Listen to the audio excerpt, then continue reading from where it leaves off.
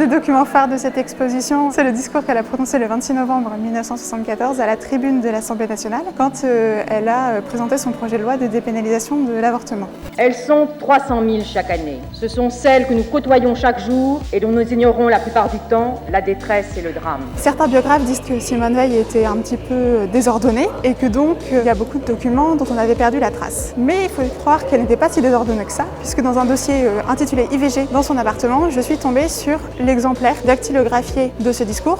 À plusieurs endroits, Simone Veil note un arrêt dans son discours et on remarque que ça délimite aussi des blocs de texte comme pour insister davantage et pour permettre aussi aux députés d'intérioriser ce qu'elle vient de dire. Quand on voit la vidéo de ces débats, on remarque à la fois les injures, les insultes prononcées par les députés de l'opposition, mais aussi les applaudissements des députés qui la soutiennent. C'est à ce désordre qu'il faut mettre fin, c'est cette injustice qu'il convient de faire cesser.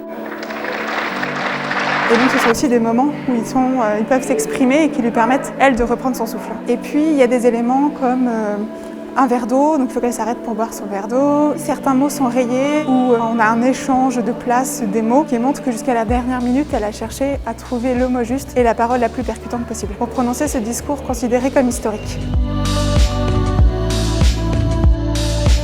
J'aime beaucoup ces deux objets. D'abord, il y a le costume qui a été fait par Karl Lagerfeld pour Simone Veil pour son entrée à l'Académie française en 2010. Et puis l'épée. Traditionnellement, les académiciens se font faire une épée. Sur celle-ci, on voit un condensé des grands moments de la vie de Simone Veil. La déportation, bien sûr. Il y a marqué Birkenau et son numéro de matricule. Il y a aussi les flammes des fours crématoires, mais aussi les deux devises de la France et de l'Union européenne entremêlées, un peu à l'image de la carrière de Simone Veil, femme politique française ayant eu des activités européennes. L'épée appartient aux deux fils vivants de Simone Veil qui se partagent la garde tous les 6 mois entre leur domicile de façon assez drôle, assez révélatrice aussi, et qui ont accepté que pour quelques mois, l'épée ne soit pas chez eux, mais ici à la mairie de Paris. C'est une exposition qui a beaucoup de documents écrits, de papiers, de photos, et de voir à la fin du parcours ces deux objets, ça aide à se souvenir qu'on fait une exposition sur quelqu'un qui a vécu, qui a porté cette épée, qui a porté cette robe qui n'est plus là, mais qui a été non pas une idée, mais une personne du XXe siècle. Parisienne, Parisien, venez voir cette exposition sur une femme qui fut parisienne, elle aussi, et qui a eu un destin hors du commun.